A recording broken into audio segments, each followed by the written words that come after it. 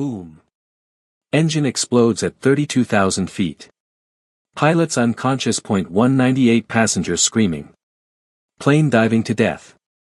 Then a 12-year-old girl walks to cockpit. Keys the radio. This is Phoenix. I have aircraft control. Black Hawk helicopters monitoring the frequency freeze. Phoenix. That call sign belongs to Commander Torres.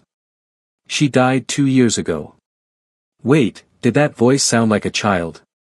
Before you watch full story, comment below from which country are you watching. Don't forget to subscribe for more amazing stories. Southwest 2891, cruising 32,000 feet. Boom. Left engine explodes.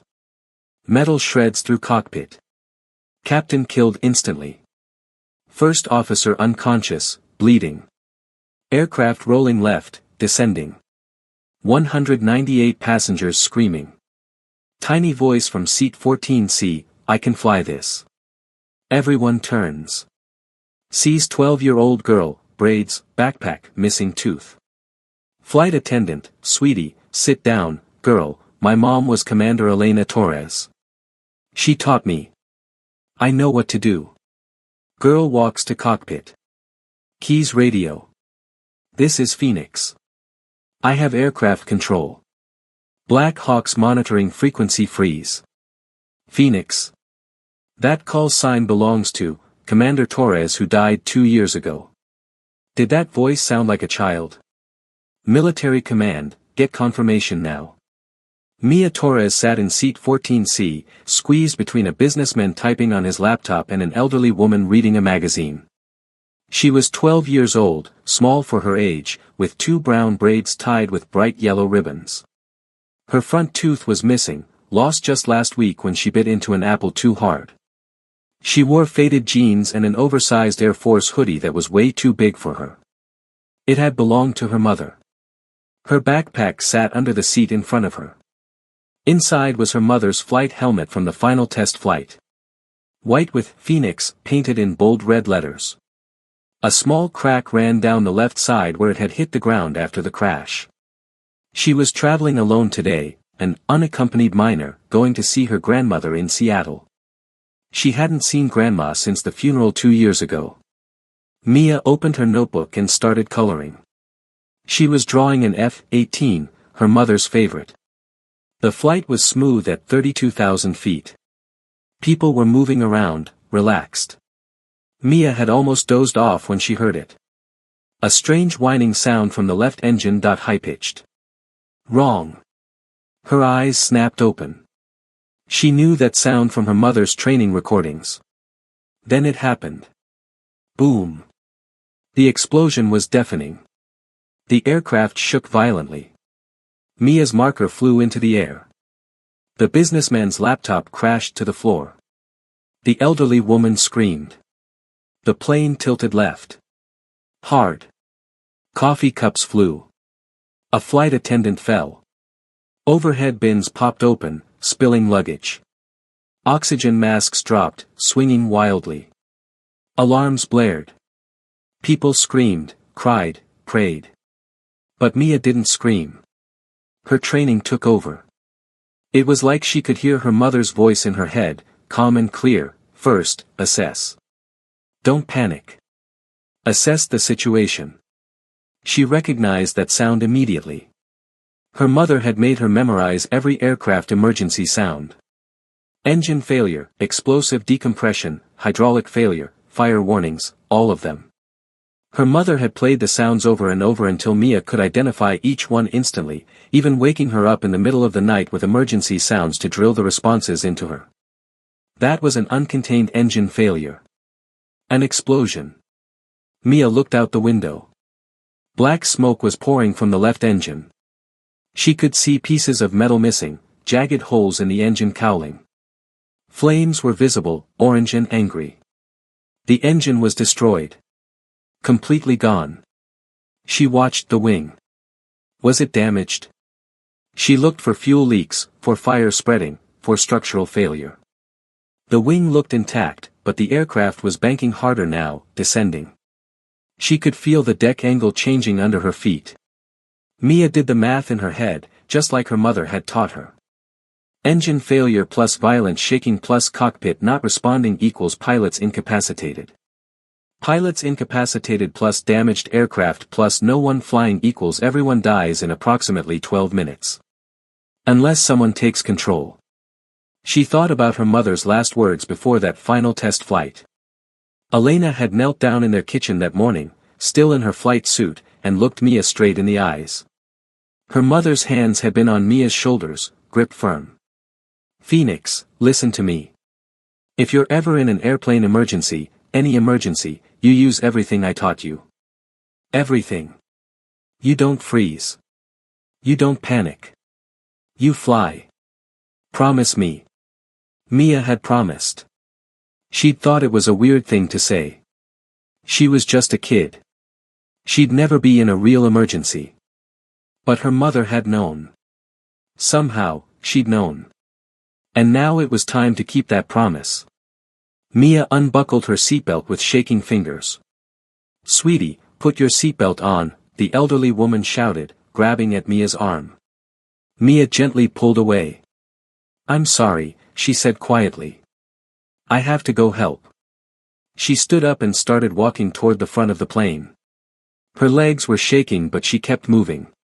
Step by step. One foot in front of the other. Other passengers were screaming at her to sit down. A man reached out to grab her but she ducked around him. The floor was tilting under her feet. The aircraft was in a steepening descent now. She could feel it in her stomach, that dropping sensation that meant they were falling out of the sky. Patricia, the senior flight attendant, was trying to calm passengers near the front. She was 45 years old, 20 years with Southwest Airlines, and she'd dealt with plenty of emergencies. But nothing like this. The captain wasn't responding to the intercom. The cockpit door was closed. And the plane was clearly out of control. She saw the small girl walking up the aisle during an emergency. A child, alone, with braids and a backpack. "Honey, sit down. Go back to your seat," Patricia said, grabbing Mia's shoulder firmly. Mia looked up at her with eyes that seemed too old for her face. Too calm, too focused. "Ma'am, my mother was Commander Elena Torres. United States Navy test pilot. She trained me to fly from the time I was 4 years old. I have 1,400 hours in flight simulators. I know how to fly a Boeing 737. I can help."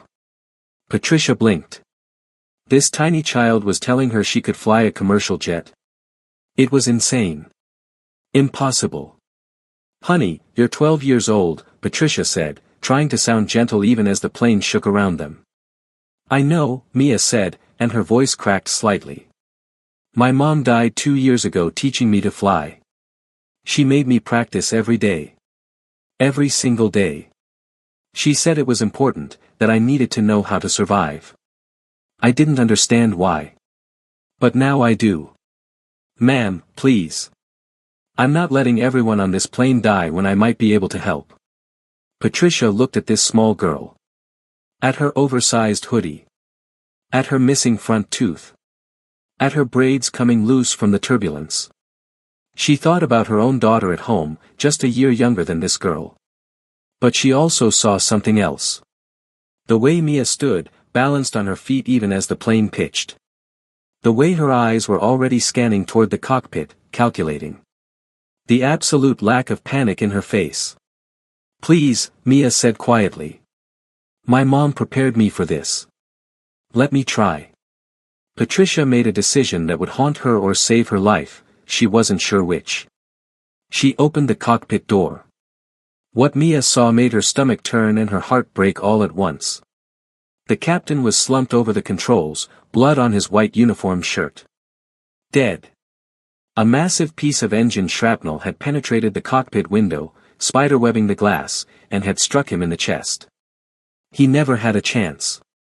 The first officer was unconscious, slumped in his seat, bleeding from a deep gash on his forehead where he'd hit the instrument panel. His breathing was shallow but he was alive. The aircraft was in a 15-degree bank to the left, descending through 28,000 feet. The instruments were flashing warnings everywhere, red lights, yellow lights, master caution alarms screaming. One engine completely dead, the other running rough, vibrating, hydraulic pressure dropping. It was a nightmare scenario. For a moment, Mia froze. This wasn't a simulator. This was real. Real blood, real bodies, real death. Then she heard her mother's voice in her memory, from a training session 3 years ago, "Phoenix, when you're scared, that's when training saves you. You don't think. You do. Muscle memory. Trust your training." Mia climbed into the first officer's seat. She was too small, way too small. Her feet barely reached the rudder pedals. She couldn't see over the instrument panel properly. "I need cushions," she called out. Patricia sprang into action, grabbing seat cushions from first class. She stuffed them behind Mia's back, under her, anywhere to make her bigger. Other flight attendants appeared, helping, their faces pale with shock but moving automatically. Mia's hands were shaking as she gripped the control yoke. The plastic felt cold under her fingers. She could feel the aircraft fighting her through the controls, the damaged engine creating asymmetric thrust, trying to roll the plane over. She took a breath and started her scan, exactly like her mother had drilled into her 10,000 times. Attitude indicator, 15-degree bank, 5-degree nose down. Altitude, 27,500 feet and descending at 1,200 feet per minute. Airspeed, 280 knots and decreasing. Engine 1, failed. 0 RPM. 0 thrust. Engine 2, running at 62% power, high vibration warnings. Hydraulic pressure, System A at 45% and dropping. System B at 78%. Fuel, 12,000 pounds remaining. Her mother's voice in her head, "Always know your situation before you act. 3 seconds of assessment saves you from 30 seconds of wrong action." Mia reached for the radio with trembling fingers. She keyed the microphone. "Mayday, Mayday, Mayday, Southwest 2891. Engine explosion. Both pilots incapacitated. I'm a passenger taking control of the aircraft." There was a pause. Then a voice crackled back, confused and urgent, "Southwest 2891, say again. Who is this? Verify your identity." Mia took a deep breath. Her voice came out smaller than she wanted. Younger than she wanted. "Seattle Center, my name is Mia Torres. I'm 12 years old. My mother was Commander Elena Torres, United States Navy, call sign Phoenix. She taught me to fly from age 4. I have 1,400 hours of simulator time. I'm using her call sign now.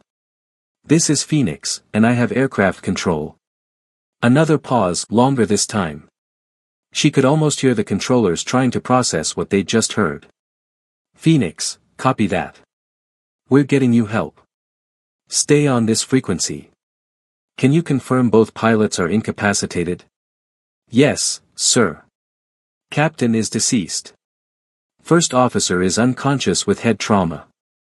I'm the only one flying this aircraft right now." "Understood, Phoenix. What is your training background?" Mia almost laughed. It was such a normal question in such an insane situation. "Sir, my mother trained me on Boeing 737 simulators for 8 years. She was a Navy test pilot. She made me learn every system, every emergency procedure. I've practiced engine failures, hydraulic failures, electrical failures, landing gear malfunctions, everything. I know this aircraft." She pulled back on the yoke gently, slowly leveling the wings. The plane stopped banking. She adjusted the throttle on the working engine, compensating for the dead one. The descent slowed from 1,200 feet per minute to 800. She was flying a Boeing 737 with 198 people on board. And she was 12 years old. Patricia stood behind her, one hand on the back of the seat, staring in disbelief as this tiny girl manipulated the controls like she'd been born to do it. 30 miles away, 2 Black Hawk helicopters were already scrambling. When Southwest 2891 declared an emergency, the military base nearest to their flight path launched an escort. Standard procedure for catastrophic aircraft failures near populated areas. Captain Marcus Webb was the lead pilot. He was 42 years old, 20 years in the military, and he'd seen a lot of emergencies. But when he heard that transmission, he almost couldn't believe it. "Did she say Phoenix?" his co-pilot asked. Webb keyed his radio to the emergency frequency. He heard the tiny voice again. "Phoenix to Seattle Center, I've stabilized the aircraft at 24,000 feet. Single engine operation. Request vectors to nearest suitable airport." Webb felt chills run down his spine. That voice. That call sign. "Phoenix," he said slowly. "That's Elena Torres's call sign. But Commander Torres, she died in a test crash 2 years ago." His co-pilot was already pulling up information on the tablet. "Says here Commander Elena Torres had one daughter. Age 12. Name, Mia Torres." Webb remembered Commander Torres. Everyone did. She was a legend. The first woman to fly certain experimental aircraft, fearless, brilliant. She died when a prototype fighter malfunctioned during a test flight. And Webb remembered something else. He'd served under Commander Torres for 6 months. She used to talk about her daughter all the time. Used to show videos on her phone of a little girl sitting in a flight simulator, hands on the controls, face serious and focused. "She's training her young," Webb had joked once. "She needs to know how to survive," Commander Torres had replied. It hadn't sounded like a joke. Now Webb understood. He keyed his radio to the emergency frequency. "Phoenix, this is Blackhawk lead, Captain Marcus Webb. I flew with your mother. She talked about you constantly. Said you were a better pilot at age 10 than most adults. Is that true?" There was a long pause. When the voice came back, it was crying. She said that about me." Webb's throat tightened. "All the time, kid. She was so proud of you. Now let's honor her memory by getting you down safe. I'm going to talk you through this. Can you do that?" "Yes, sir." The voice was steadier now. "Good. First, I need you to tell me your aircraft status." Mia's voice came back, reading instruments like she'd done it 1,000 times.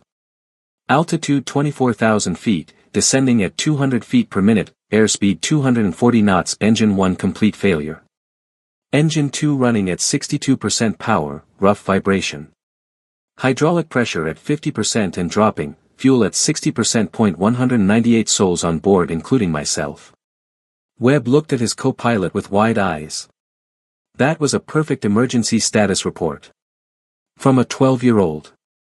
"Outstanding, Phoenix. How many flight hours do you have?" 1,400 hours, sir. All simulator. My mom trained me since I was 4. 1,400 hours. That was more than some commercial pilots had in real aircraft. Commander Torres had prepared her daughter for this exact situation. "All right, Phoenix. We're going to bring you home." Inside the cabin of Southwest 2891, passengers were starting to understand what was happening. Someone had seen the small girl walk into the cockpit. Someone else had heard her name on the overhead speakers when she talked to air traffic control. A woman in row 12 pulled out her phone. They were still high enough to have a weak signal. She typed into Google, "Commander Elena Torres Phoenix." The results came up immediately. Legendary test pilot dies in crash. Elena Torres broke barriers in naval aviation. Commander Torres, first woman to fly F-35 in combat testing, killed at age 38. There were pictures. A beautiful woman in a flight suit, standing in front of a Navy jet. Dark hair pulled back. Confident smile, awards on her chest. The woman in row 12 looked at the pictures. Then she looked toward the cockpit. She could just barely see the little girl sitting in the pilot's seat, her brown braids visible over the headrest. The resemblance was unmistakable. "Oh my God," she whispered. She showed her phone to the man next to her. He showed his wife. Soon everyone nearby was pulling out their phones, searching, reading. A young mother holding a baby made her way forward. Patricia tried to stop her, but the mother said, "I just want to say thank you." She approached the cockpit door carefully. She could see Mia inside, small hands gripping the controls, eyes focused straight ahead. "You're Commander Torres's daughter," the mother said softly. Mia glanced back quickly. "Yes, ma'am. She was my hero. I joined the Navy because of her. If you're anything like her, we're in good hands." Mia felt tears in her eyes but blinked them away. "Thank you." But not everyone was confident. A businessman in first class was panicking. "She's 12. We're all going to die because a child is flying this plane." Other passengers were crying, praying, holding each other. Mia could hear them. The cockpit door was still open. Their fear felt like a weight on her chest. She keyed the intercom. Her voice came through every speaker in the cabin. "This is Mia Torres. I understand you're all scared. I'm scared too. But my mother, Commander Elena Torres, spent 8 years teaching me to fly for exactly this kind of situation. She gave me 1,400 hours of training. She made me memorize every emergency procedure. She prepared me for this. So please, trust her training if you don't trust me.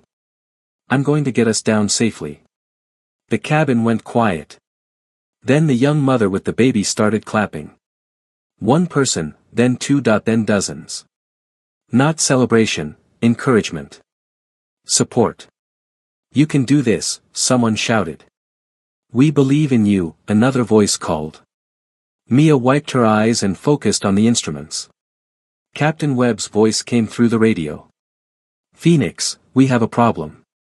On single-engine operation at this weight, you can't maintain altitude. You're going to keep descending. We need to try restarting engine 1. Mia's stomach dropped. "Sir, that engine exploded. There was shrapnel. I saw smoke." "I know. But we need to try. Your aircraft can't make it to any airport on one engine at this descent rate. You'll be on the ground in 20 minutes whether you want to be or not. We need that engine." Mia thought about her simulator training. Her mother had made her practice engine restart procedures hundreds of times. But that was in a simulator. This was real. A damaged engine. If it exploded again during restart, it could take out the whole wing. "Mom, if you can hear me, I could really use your help right now," Mia whispered. She keyed the radio. "Black Hawk lead, I'll try the restart. Walking through the checklist now. Take your time, Phoenix. We're right here with you." Mia's hands moved across the controls.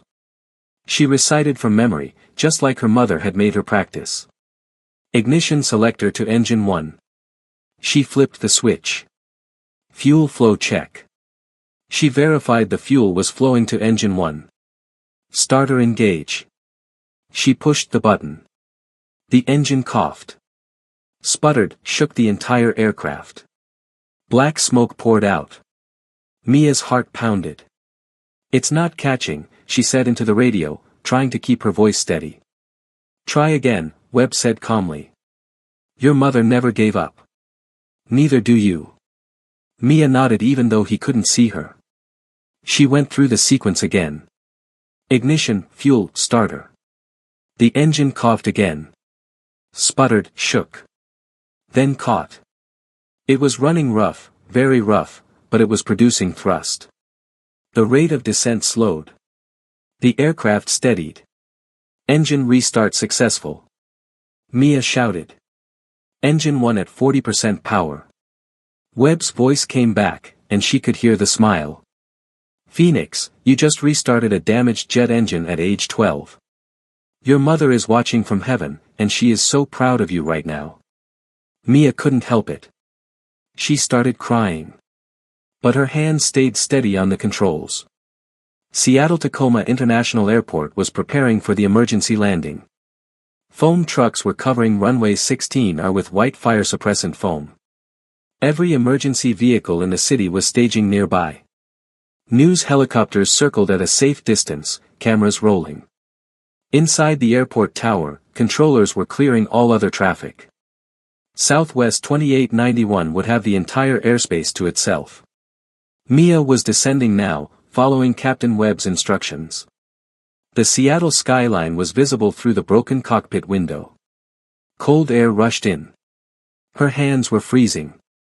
"Phoenix, you're 20 miles out," Webb said. "Time to configure for landing. We'll do this step by step. First, deploy your flaps to 5 degrees. Mia found the flap lever. She moved it slowly. The aircraft shuddered as the flaps extended. "Flaps 5, she reported. "Good. How does she feel?" "Shaky. The damaged engine is vibrating a lot." "That's normal. You're doing great. Now, at 15 miles, we'll extend to 15 degrees flaps and lower the landing gear." The miles ticked by. Mia's heart was racing but her training held. At 15 miles, she extended the flaps further and pulled the landing gear lever. There was a loud grinding noise. The aircraft shook. Red lights flashed on the panel. Landing gear showing unsafe. Mia said, fear creeping into her voice. "Check your indicators," Webb said calmly. "What do you see?" Mia looked at the 3 green lights that should show when landing gear was down and locked. Only 2 were green. The nose gear light was red. "Nose gear won't lock." "Alright, we're going to try the backup system. There's a manual release." Webb talked her through it. Mia found the manual release and pulled it. The gear chunked into place. All 3 lights turned green. Gear down and locked. Relief flooded through her. "Outstanding. Now, Phoenix, I need you to listen carefully. At 5,000 feet, I want you to extend flaps to 30 degrees. That's full landing configuration. The aircraft will slow down significantly. Keep your speed above 140 knots. Below that, you'll stall." At 5,000 feet, passengers could see the airport. Some were crying. Others praying. The young mother held her baby close. At 3,000 feet, Mia's voice came over the radio, smaller now. "Scared. Captain Webb. I'm scared. What if I crash like my mom?" Webb's response was firm but gentle. "Phoenix, listen to me. Your mother didn't crash because she lacked skill. That experimental aircraft had a catastrophic mechanical failure. You're flying a proven aircraft. It's damaged, yes, but you can do this. She taught you how. Trust your training. Trust her." Mia wiped her eyes. "Yes, sir." At 1,000 feet, the runway came into clear view. It looked impossibly small. The foam covering made it white instead of black. "It looks so tiny," Mia whispered. "That's normal," Webb said. "Keep coming. You're on perfect approach. Airspeed 145 knots. Perfect. Altitude 1,000 feet. You're going to make it." The entire world was watching now. News channels had interrupted regular programming. 12-year-old attempting emergency landing ran across every screen. Inside the aircraft, it was silent except for the roar of the damaged engines and the wind through the broken cockpit window. Mia's tiny hands gripped the control yoke. Her feet pressed the rudder pedals, she had to stretch to reach them even with the cushions. 500 feet, Webb said. "You're doing perfect, Phoenix. Don't change a thing." 400 feet. Mia could see the foam clearly now. Emergency vehicles lined both sides of the runway. Red lights flashing everywhere. 300 feet. At 100 feet, you'll see the runway expanding in your vision. That's normal. 200 feet. Mia's breathing was fast but controlled. Everything her mother taught her was coming back. Every simulator session, every emergency procedure. 8 years of preparation for this one moment. 100 feet. Phoenix, at 50 feet, you'll pull back gently on the yoke. Let the nose come up. Main wheels touch first. Then hold the nose up as long as you can before letting it down. Can you do that? Yes, sir. 50 feet. Pull back now. Mia pulled the yoke toward her chest. The nose of the aircraft rose. The main landing gear dropped toward the runway. Thump. The main wheels hit the foam-covered runway. The aircraft bounced slightly. Mia held the nose up like Webb had said. I'm down. I'm down, she shouted. Brakes, Phoenix. Stop the aircraft. Mia pushed her feet forward with all her strength. The brake pedals were so hard to push. She stood up in the seat, using her whole body weight. The aircraft decelerated. The runway rushed past. They were using up all of it. Every foot. The end of the runway was coming fast. Come on, come on. Mia grunted, pushing harder. The aircraft slowed. Slowed more. And stopped. 300 feet of runway remaining. For a moment, there was absolute silence. Then the cabin erupted. Passengers were crying, cheering, applauding, hugging strangers. Some fell to their knees in prayer. Others just sobbed with relief. Mia sat in the pilot's seat, shaking uncontrollably. She reached into her backpack on the floor and pulled out her mother's cracked flight helmet. She put it on her head. It was way too big, but she didn't care. I did it, Mom, she whispered, tears streaming down her face. Just like you taught me. Emergency crews swarmed the aircraft. Paramedics rushed aboard. The first officer was unconscious but alive. They stabilized him and got him to an ambulance. He would survive with a serious concussion and lacerations. The captain hadn't survived the initial explosion. Paramedics confirmed what everyone already knew. He was covered with a sheet and carried out respectfully. The passengers evacuated down emergency slides, but many stopped to look for Mia. The young mother with the baby found her first. Mia was still sitting in the pilot's seat, wearing her mother's helmet, shaking. You saved my daughter's life, the mother said, tears running down her face. Thank you. Thank you so much. An elderly man was next. You're a miracle, child. An absolute miracle. The businessman who had been panicking earlier came to the cockpit door. His face was red, tears in his eyes. I'm sorry I doubted you. You're braver than any adult on this plane. Braver than me. I'm so sorry. Mia just nodded. She couldn't speak. Everything was hitting her at once. Patricia, the flight attendant, pushed through and wrapped Mia in a tight hug. Your mother would be so proud of you, sweetie. So proud. That's when Mia collapsed emotionally. She sobbed into Patricia's shoulder. I want my mom, she cried. I miss her so much. I miss her every day. Patricia held her tight. She was with you the whole time, honey. I know she was. Guiding your hands, telling you what to do. She never left you.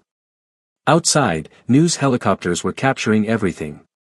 The images of emergency crews, of passengers hugging each other, of a small girl in an oversized flight helmet being carried out of the cockpit. Within minutes, the footage was everywhere. By the next morning, Mia Torres was the most famous person in America.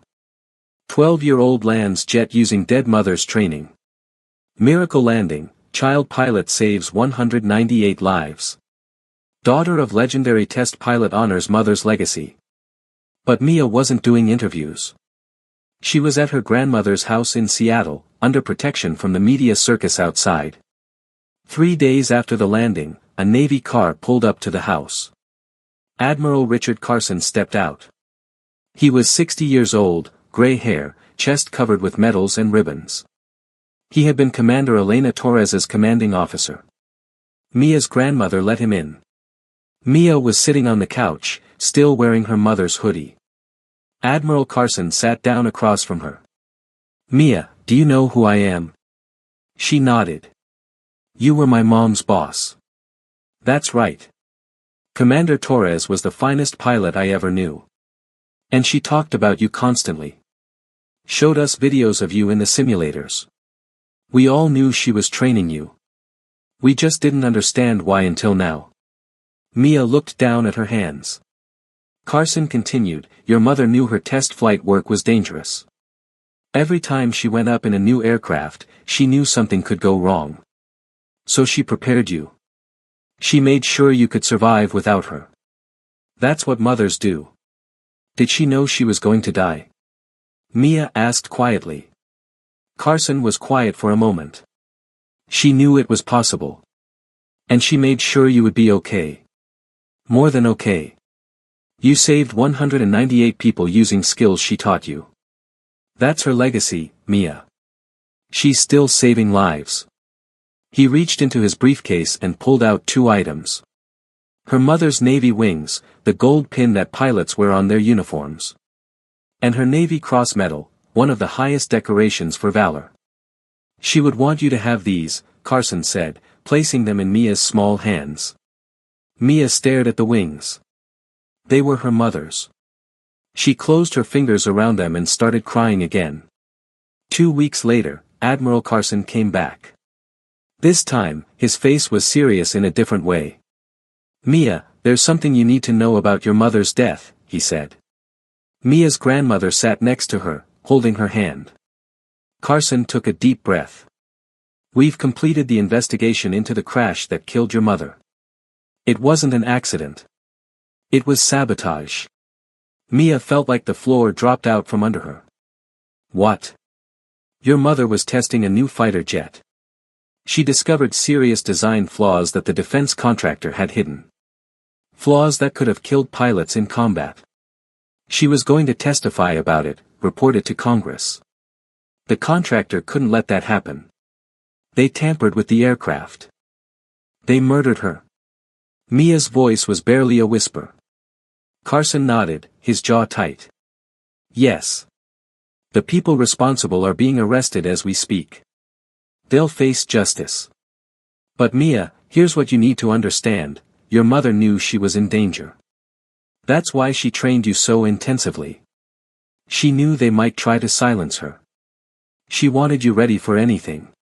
Mia felt anger burning in her chest. She knew they might kill her, and she still tried to tell the truth. That's what heroes do, Carson said. They don't stay quiet just because it's safer. They speak up. They do what's right, even when it costs them everything. And you're just like her, Mia. When everyone on that plane needed a hero, you stood up. Just like she did. Mia wiped angry tears from her face. The people who killed her, they're really going to jail. They're going to prison for the rest of their lives, Carson promised. Your mother's testimony was documented. Her evidence was preserved. They can't hide anymore. She won, Mia. Even after they killed her, she still won. 3 months later, Mia stood at Naval Air Station Oceana in Virginia. Hundreds of pilots were gathered. Active duty, retired. All of them had come to honor Commander Elena Torres. A memorial was being unveiled.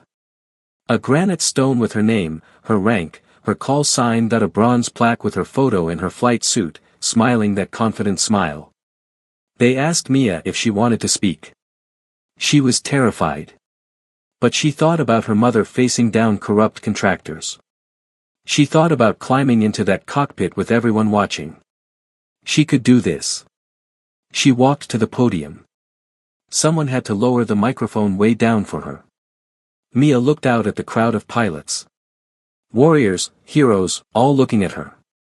My mom called me Phoenix because she said that even if she fell, I would rise, Mia began. Her voice was small but clear.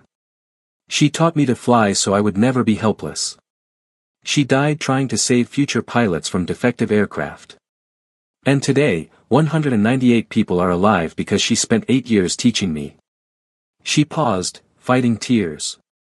That's her legacy. She's still saving lives. Even though she's gone, she's still protecting people. That's what real heroes do. The crowd was silent. Many had tears in their eyes. She didn't just teach me to fly, Mia continued. She taught me to speak up when something is wrong. To help people when they need it.to never give up, even when you're scared. Even when everyone says you're too small, too young, too weak. She looked at the memorial, at her mother's bronze face. I love you, Mom. And I'm going to make you proud. The crowd erupted in applause. Pilots were saluting. Some were openly crying. Admiral Carson presented Mia with her mother's Navy wings, officially. Mia pinned them to her jacket. Then she walked to the memorial and placed her mother's cracked flight helmet at the base. The helmet that had been with her in the cockpit, the helmet that connected them. What will you do now, Mia? Admiral Carson asked quietly. Mia looked up at him with determined eyes. I'm going to become a test pilot, just like my mom. I'm going to finish what she started. Make sure aircraft are safe. Make sure no one else dies because companies hide the truth. And maybe someday, I'll teach my own kids to fly. Pass it forward. Keep the phoenix alive. Carson smiled. She would love that. 1 year later. Mia was 13 now. Taller, no longer missing her front tooth. But still with those same brown braids. She sat in the back seat of a Navy T-45 training aircraft. The instructor pilot, Lieutenant Commander Sarah Chen, was in the front seat. They were flying over the Virginia coast, practicing basic maneuvers. Mia had special permission to fly with Navy instructors as part of her continuing education. Her mother's legacy had opened doors. You're a natural pilot, Mia, Chen said over the intercom. Just like your mother. She's still teaching me, Mia replied. I hear her voice every time I fly. She looked up at the clouds, at the endless blue sky. Thanks, Mom. For everything. I'm Phoenix now. And I won't let you down. The radio crackled. An emergency call from somewhere nearby. A small civilian aircraft in distress, pilot having a medical emergency. Tower is calling for experienced pilots in the area, Chen said. Mia smiled. I'm 13 now, ma'am. I have experience. Chen laughed. That you do, Phoenix. That you do. Let's go help them. The T-45 banked hard and accelerated toward the emergency. Mia's hands were steady on the controls, her mother's wings pinned to her flight suit. Call signs never die. They just pass to the next generation. The Phoenix was rising again, and she would never stop flying. Sarah Chen, the tech executive in row 12, pulled up videos of Commander Elena Torres on her phone. In one video, Torres said, "Fear is just information. But training tells you what to do about it. I trust my training more than I trust my fear." Sarah looked toward the cockpit where Mia sat. The girl's mother's words echoed in her head. Trust training more than fear. She started posting to social media. I'm on Southwest 2891. 12-year-old girl is flying our plane. Her mother was Navy legend Commander Elena Torres. If anyone can save us, she can.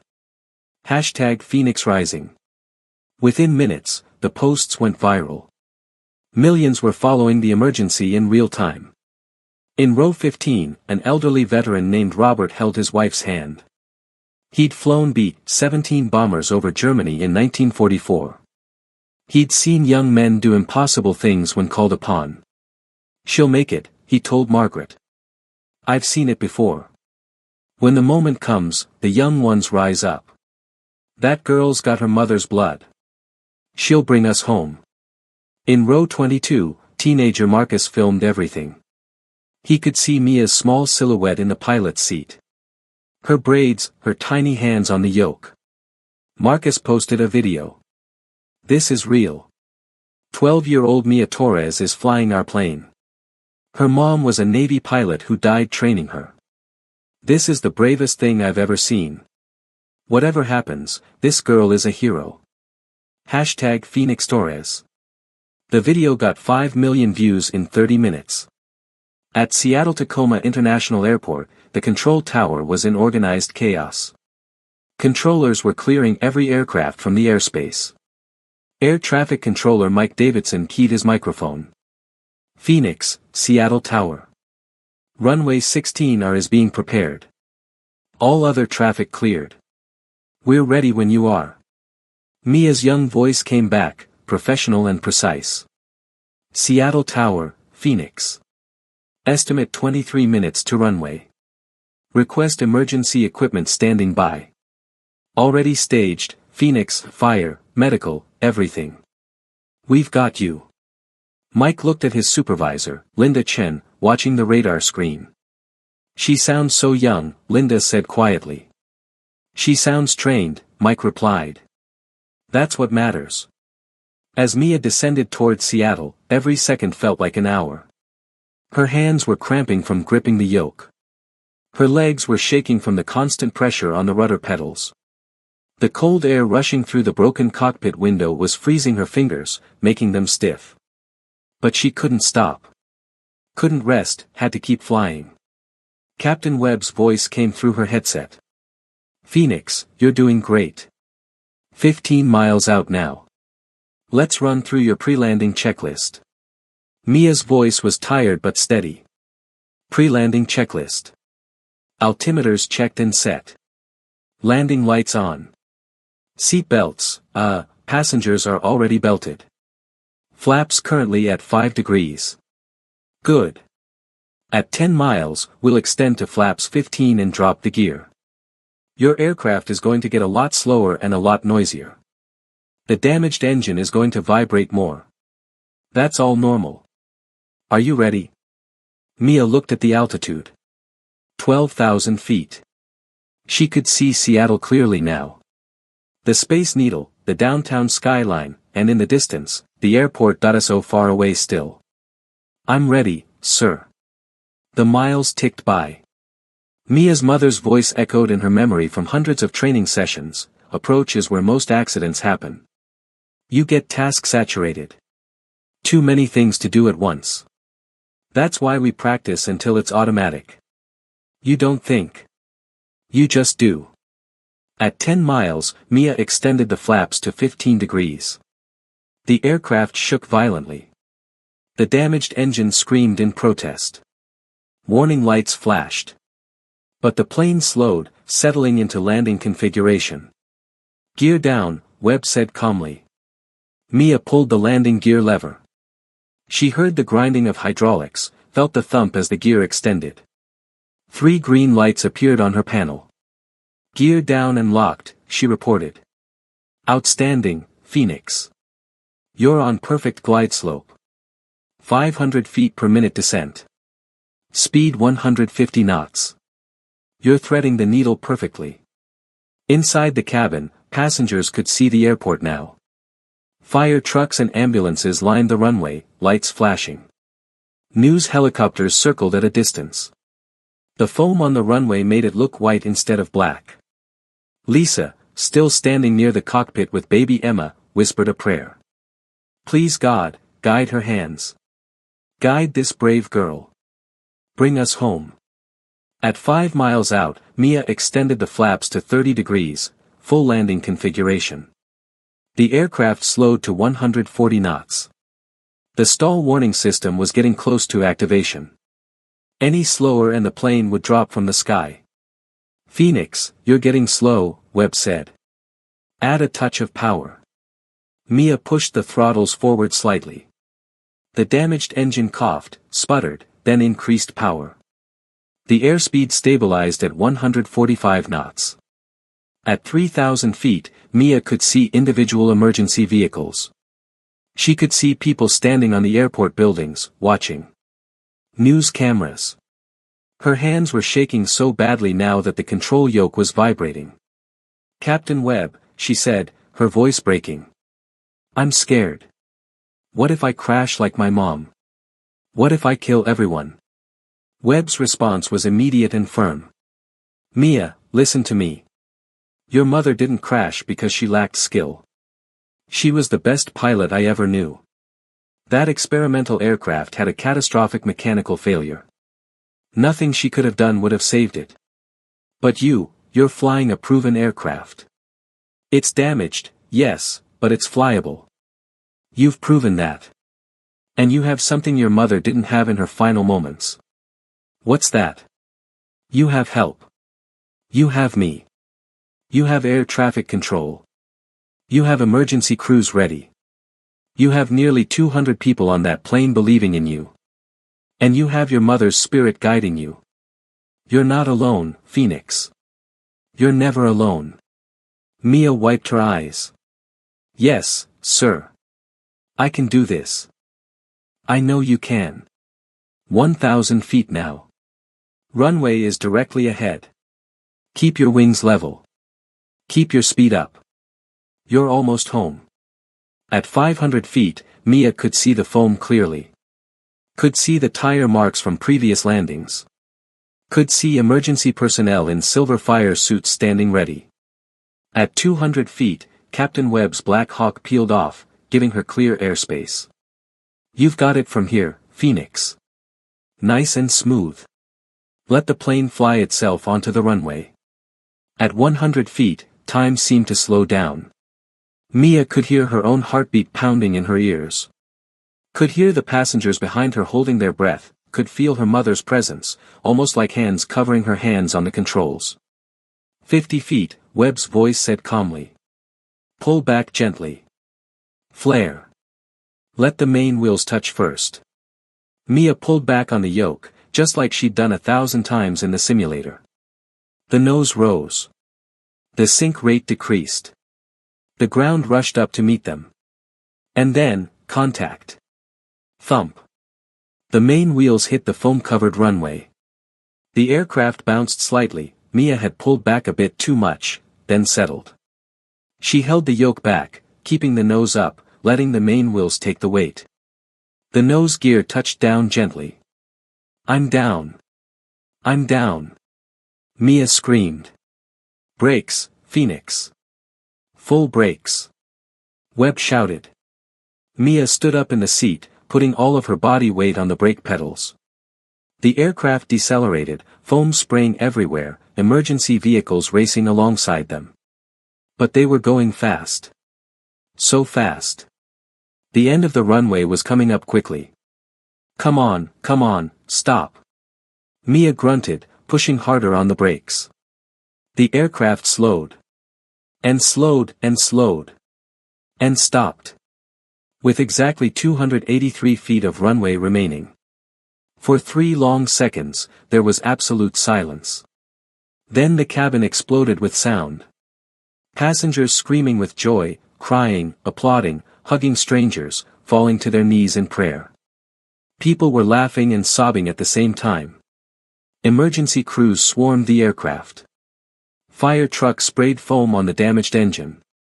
Paramedics rushed aboard. Mia sat in the pilot's seat, her whole body shaking uncontrollably. She reached down to her backpack on the floor and pulled out her mother's cracked flight helmet. She put it on her head. It was way too big, sliding down over her eyes, but she didn't care. She whispered into the empty cockpit, I did it, Mom. Just like you taught me. I brought them home. All of them. I finished the mission. And then she started crying. Not tears of fear or sadness, but of relief.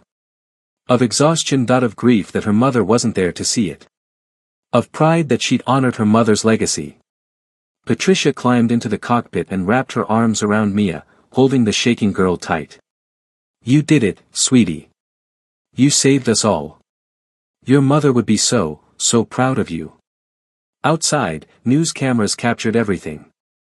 The image of a tiny 12-year-old girl in an oversized flight helmet, sitting in the pilot seat of a commercial airliner, crying tears of relief while a flight attendant held her. That image would appear on the front page of every newspaper in the world. 3 days after the landing, Admiral Richard Carson stood in the living room of Mia's grandmother's house in Seattle. He was a tall man, gray-haired, with the bearing of someone who'd spent 40 years in military service. His chest was covered with ribbons and medals, a lifetime of service. But right now, looking at the small 12-year-old girl sitting on the couch wrapped in her mother's hoodie, he felt humble. Mia's grandmother, Helen Torres, brought him coffee. She was 72 years old, still grieving the loss of her daughter, and now trying to process the fact that her granddaughter had become a worldwide hero. Thank you for coming, Admiral, Helen said quietly. Carson sat down across from Mia. The girl looked exhausted. There were dark circles under her eyes. She'd barely slept since the landing, waking up screaming from nightmares of the cockpit, of blood, of her mother's crash. Mia, do you know who I am? Carson asked gently. She nodded. You were my mom's commanding officer. You gave her the Navy Cross after she saved that pilot in the carrier accident. Carson smiled sadly. He remembered that day. Elena Torres had risked her own life to pull an injured pilot from a burning F-18 on the carrier deck. She'd suffered second-degree burns on her hands and arms. But she'd saved the pilot's life. That's right, Carson said. Your mother and I served together for 8 years. She was the finest pilot I ever knew. And do you know what she talked about most when we had downtime? Mia shook her head. You, Carson said. She talked about you constantly. Showed us videos of you in the simulators, showed us your drawings of aircraft. Told us stories about how you could identify any plane just from the sound of its engines. She was so proud of you, Mia. More proud than she was of any medal or award she ever received. Mia's eyes filled with tears. Then why did she leave me? Why did she keep flying those dangerous planes? Carson took a deep breath. This was the hard part. The truth. Because she believed in something bigger than herself. She believed that the work she was doing, testing new aircraft, finding design flaws before they killed combat pilots, she believed that work saved lives. And she was right. The flaws she discovered in aircraft saved dozens, maybe hundreds of pilots who would have died if those planes had gone into production with hidden defects. He leaned forward, his voice intense. Your mother knew her job was dangerous. Every time she climbed into an experimental aircraft, she knew something could go wrong. But she also knew that if she didn't do it, someone else would. And they might not be as skilled. They might not survive the failures she survived. She had a gift, Mia. A gift for flying, for understanding aircraft, for pushing limits safely. And she used that gift to protect others. But what about protecting me? Mia said, her voice breaking. She protected everyone else, but she left me alone. Carson reached into his briefcase and pulled out a thick folder. He opened it and spread photos across the coffee table. Mia leaned forward, looking at them. They were surveillance photos. Someone had been following her mother. Watching her. There were pictures of Elena leaving the base. Going to the store, picking Mia up from school. What are these? Mia asked. Evidence, Carson said grimly. After your mother died, we investigated. We found that the defense contractor building the experimental fighter your mother was testing had been following her. Threatening her. They knew she discovered fatal design flaws in their aircraft. Flaws that would have cost them billions in contracts. She was going to testify about it. Go public. They couldn't let that happen.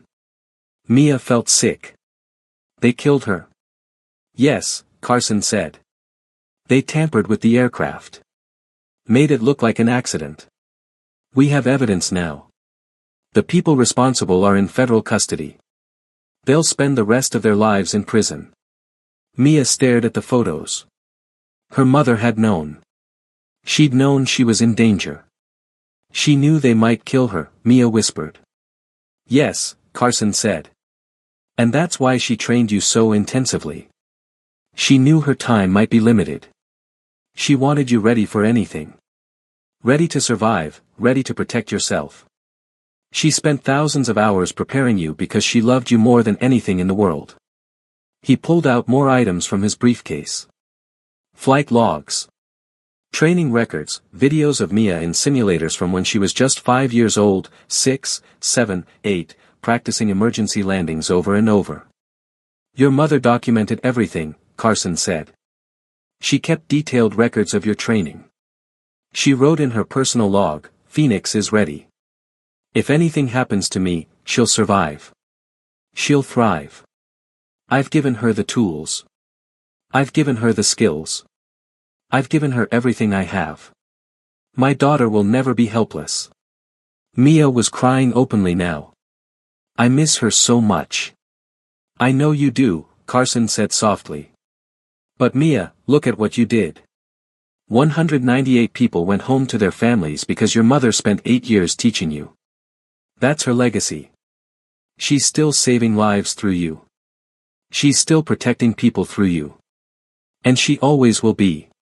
He reached back into his briefcase and pulled out 2 items. Her mother's Navy wings, the gold pin that pilots wear on their uniforms. And her Navy Cross Medal, one of the highest decorations for valor. She would want you to have these, Carson said, placing them in Mia's small hands. And I have one more thing. He pulled out a letter. Sealed envelope. Mia's name written on it in her mother's handwriting. Your mother left this with me 4 months before she died. She made me promise to give it to you if anything happened to her. I think now is the right time. Mia took the envelope with shaking hands. She stared at her mother's handwriting. Then carefully, she opened it. Inside was a single handwritten letter. Her mother's words. My dearest Phoenix. If you're reading this, then I'm gone. And I'm so sorry. I never wanted to leave you. You are the best thing that ever happened to me. Being your mother was my greatest joy and my greatest honor. I know you're probably angry at me right now. Angry that I kept flying dangerous missions, angry that I left you alone. And you have every right to be angry.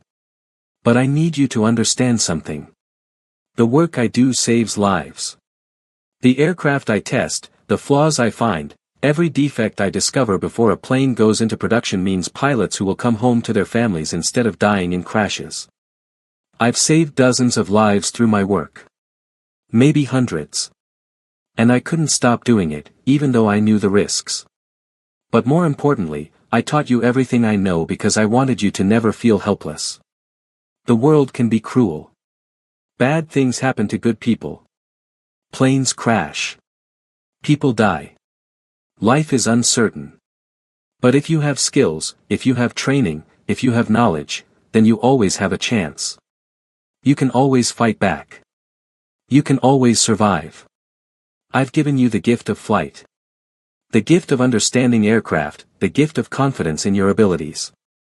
Those are gifts that can never be taken from you. If you're reading this, then something went wrong. I knew this day might come. But I'm not afraid, Phoenix. Do you know why? Because I know you're ready. I know you can handle whatever life throws at you. I've made sure of it. Be brave, my darling. Be strong. Use everything I taught you. Help people when you can. Stand up for what's right. Never give up, even when you're scared. And always remember, I'm with you. Every time you fly, I'm right there beside you.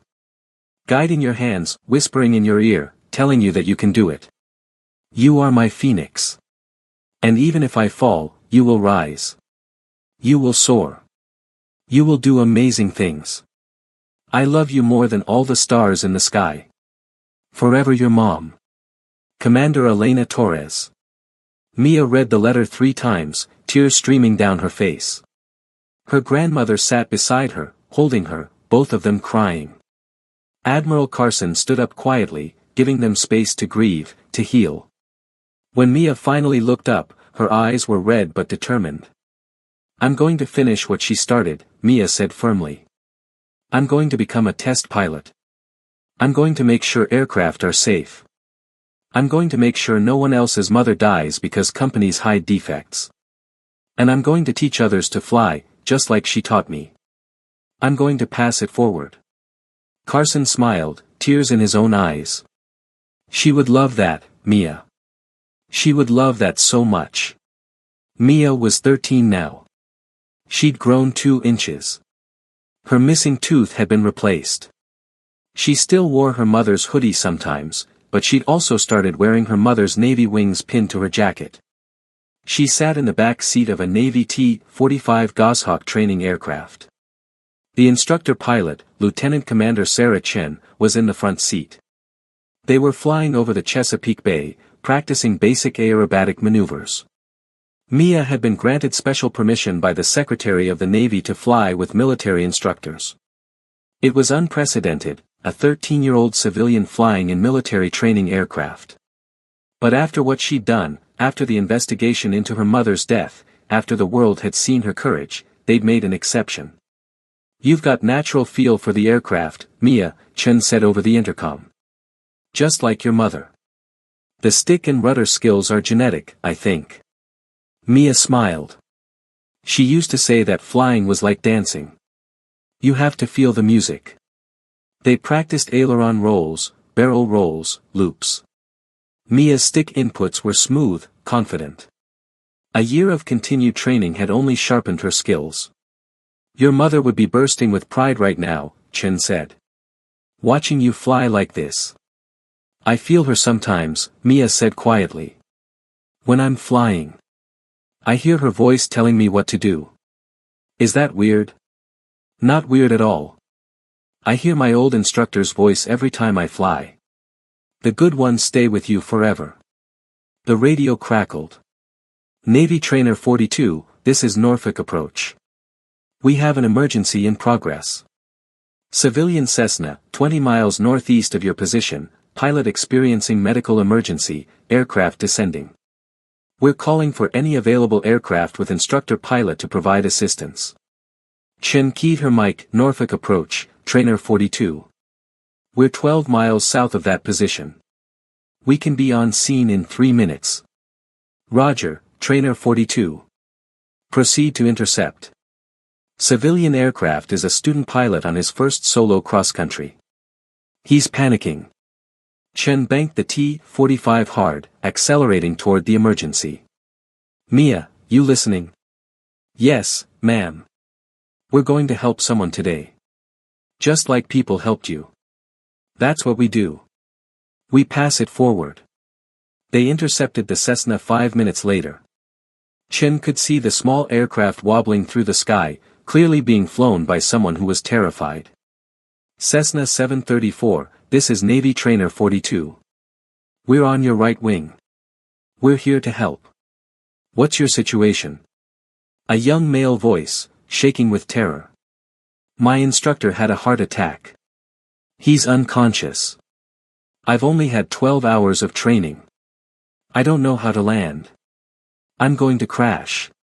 Chen's voice was calm, soothing. "No, you're not. We're going to talk you through this. First, take a deep breath. You're flying fine right now. Wings level, steady altitude. You're doing great. But I don't know how to land. That's okay. We're going to teach you. Step by step. What's your name?" "Kevin. Kevin Martinez. I'm 17. This is my first solo cross-country. I'm so scared." In the back seat, Mia keyed her intercom. "Ma'am, permission to speak to him?"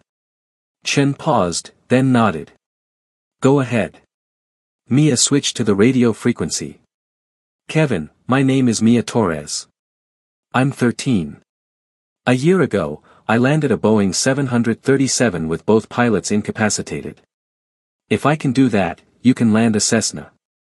You're going to be okay. We're here to help you." There was a pause. "Wait, you're the Mia Torres? From the Southwest flight?" "Yeah, that's me. And I know exactly how scared you are right now. Your heart is pounding. Your hands are shaking. You think there's no way you can do this. But Kevin, you can do it. You have training. You have help. And most importantly, you have the courage to try. That's all you need." Kevin's voice was still shaking but less panicked. "Okay. Okay. What do I do?" For the next 20 minutes, Lieutenant Commander Chen and Mia talked Kevin through the approach. Step by step. Reducing power, deploying flaps, lining up with the runway, maintaining airspeed. And when Kevin's Cessna touched down on the runway, rough, bouncing twice, but safe, Mia felt tears in her eyes. "You did it, Kevin," she shouted into the radio. "You did it. I did it. Oh my God, I did it. Kevin was crying and laughing at the same time. Emergency crews rushed to the Cessna. Kevin's instructor was taken to the hospital. He would survive. Thanks to a scared 17-year-old student pilot who found courage when he needed it. And thanks to a 13-year-old girl who understood exactly what he was going through. As Chen flew them back to base, Mia looked up at the clouds. The endless blue sky, her mother's sky. Thanks, Mom, she whispered. For everything, for teaching me, for preparing me. For loving me enough to make sure I'd survive even when you were gone. I'm Phoenix now. And I'm going to keep rising. I'm going to keep helping people. I'm going to keep your legacy alive. The T-45 climbed into the sunset, engines roaring, carrying the next generation of the Phoenix call sign toward her destiny. Some mothers prepare their daughters for normal life. But Commander Elena Torres prepared her daughter for the impossible.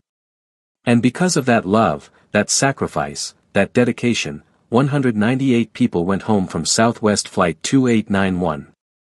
Kevin Martinez landed his Cessna safely. And Mia Torres grew up to become the youngest person ever accepted into the Navy Test Pilot School at age 21. She became a test pilot like her mother. Found the flaws.